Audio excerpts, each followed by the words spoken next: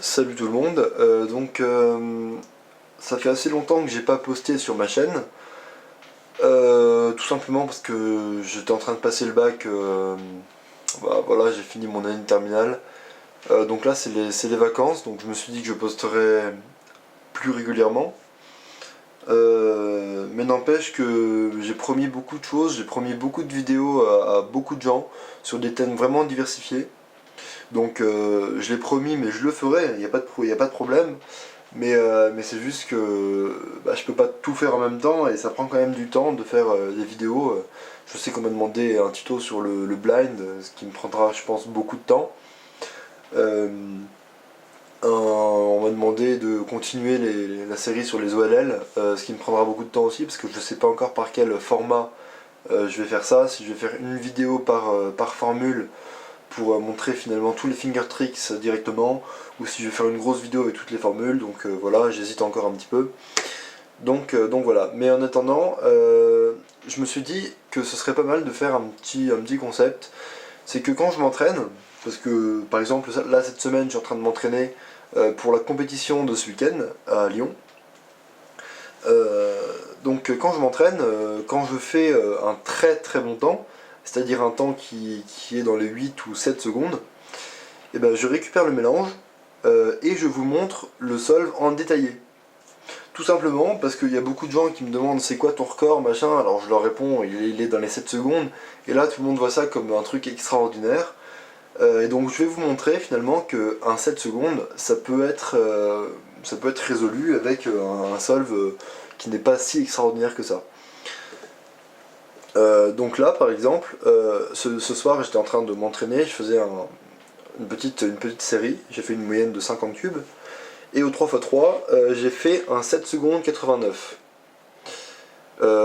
Et donc je vais vous montrer exactement, dans les moindres détails, niveau finger tricks, niveau repérage, tout ce que j'ai fait en temps réel quand j'ai résolu mon cube. Et donc ça c'est la première partie, et à chaque fois que je ferai un temps monstrueux comme ça, je referai une petite vidéo, parce que je pense que ça peut être sympa pour vous, tout simplement pour voir ce que c'est qu'un très très bon temps. Bon, il y en a il y a quand même meilleur que moi, hein. Évidemment, je pense que je passe à côté de certains trucs. Si on met Félix à ma place, évidemment, le temps sera encore meilleur. Mais bon, je pense que ça peut être pas mal quand même. Donc, le mélange de ce cube sera dans la description. Donc, je vous invite à le faire en même temps. Je vais juste relever un petit peu la caméra. Voilà. Donc, je vous invite à faire le mélange pour avoir une bonne vision du cube. Et là, quand j'ai vu le cube, je me suis dit, à la base, c'est pas une très très bonne croix. Alors, ce que j'ai fait, donc pas besoin de vous montrer exactement où sont les pièces, parce que vous avez votre cube devant vous. Ce que j'ai fait, c'est que j'ai descendu le rouge, là, comme ça, et j'ai fait D' pour le mettre derrière. Donc le rouge était résolu. Ensuite, j'ai fait F2, L, et ensuite j'ai fait U. Et là, en fait, quand j'ai fait U, je me suis rendu compte que là, quand j'allais faire R2, et le slot était résolu.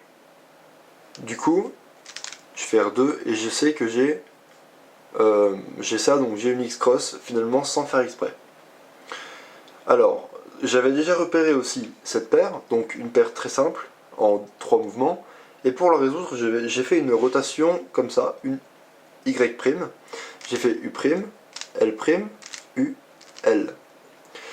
Et là, on peut se dire, ok, j'avais le choix, soit résoudre cette paire, soit cette paire, mais j'ai commencé par celle-ci. Et pour celle-ci, j'ai fait comme ça, c'est-à-dire que je l'ai cassée comme ça,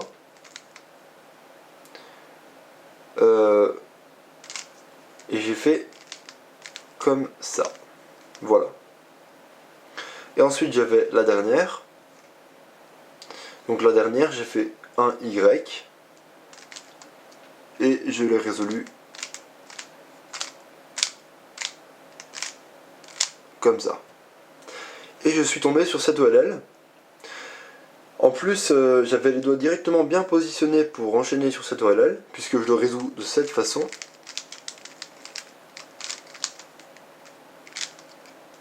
Voilà. Et ensuite, j'ai vu ça.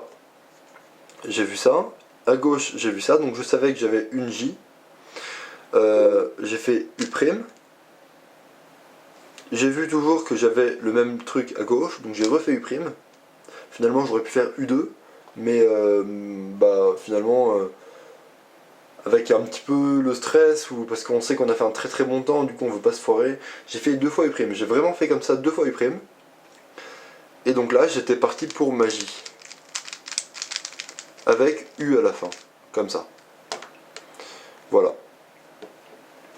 Donc voilà, vous pouvez me dire dans les commentaires ce que vous en pensez, si c'est sympa de faire ces petits exemples de résolution sur des temps monstrueux.